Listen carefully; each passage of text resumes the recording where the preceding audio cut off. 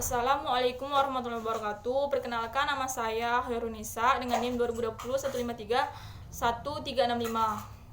Di sini saya akan menjelaskan materi konsep-konsep pendidikan, idealisme dan realisme.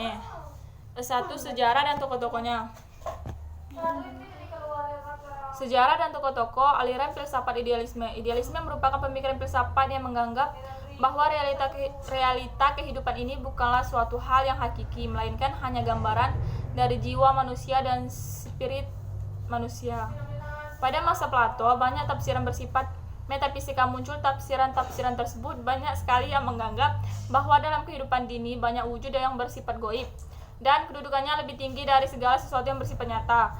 Namun tafsiran seperti itu belum bisa dikatakan sebagai aliran idealisme. Baru pada masa Leibniz abad ke-18 bisa dikatakan sebagai aliran idealisme. Tokoh-tokoh idealisme. Satu, Plato yang menyatakan bahwa realitas terakhir adalah dunia kita atau dunia mutlak, tidak berubah dan abadi.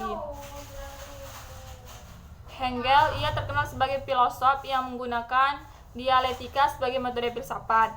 Pengertian dan konsep secara umum tentang idealisme. Idealisme adalah salah satu aliran filsafat pendidikan yang berpaham bahwa pengetahuan dan kebenaran tertinggi adalah ide. Idealisme menganggap bahwa yang konkret hanyalah bayang-bayang yang terdapat dalam akal pikiran manusia. Kaum idealisme sering menyebutkan dengan ide atau gagasan.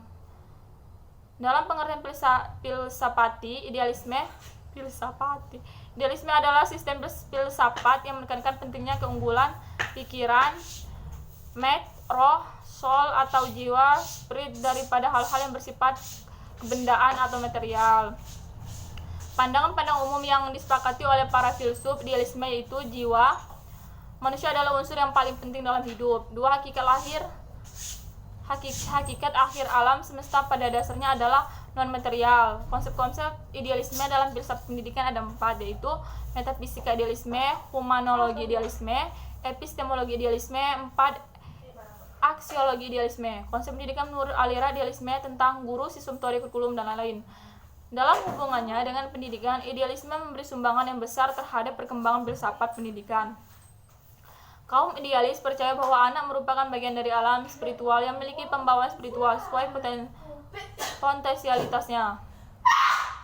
Guru dalam setiap pengajaran yang menganut aliran idealisme berfungsi sebagai guru adalah personifikasi dari kenyataan si anak didik. Guru harusnya menguasai teknik mengajar secara baik. Guru harus seorang spesialis dalam suatu ilmu pengetahuan dari siswa. Guru jadi teman dari para muridnya. Siswa berperan bebas mengembangkan kepribadian bakat-bakatnya. Sejarah dan tokoh-tokoh aliran realisme. Ajaran aliran realisme. Aliran realisme dalam seni ini sebenarnya ada pada abad ke-24 yang ditemukan di kota Lotol, India. Aliran ini menjadi sangat terkenal dalam gerakan budaya negara Prancis pada pertengahan abad ke-19 sebagai tanggapan terhadap romantisme yang telah mengakar di negara itu. Aliran realisme ini kemudian mendominasi secara global dari tahun 1840 hingga 1880, sehingga karya seni dan karya sastra di negara-negara Prancis, Inggris Raya, dan Amerika Serikat. Tokoh-tokoh seni lukis keberaliran realisme adalah Andrew Watts, Jens, dan 2, pengertian dan konsep umum realisme. Pengertian filsafat realisme ialah pandangan bahwa objek-objek indera adalah real dan berada sendiri tanpa disandarkan, tanpa pengetahuan lain atau kesadaran akal. Konsep pendidikan menurut aliran realisme baik itu tentang guru, siswa, metode kurikulum, dan lain-lain. Implikasi filsafat pendidikan realisme adalah sebagai berikut. Tujuan, penyesuaian hidup dan tanggung jawab sosial. Kurikulum komprehensif mencakup semua pengetahuan yang berguna, pengetahuan umum dan pengetahuan praktis. Peran peserta didik adalah menguasai pengetahuan yang handal, dapat dipercaya.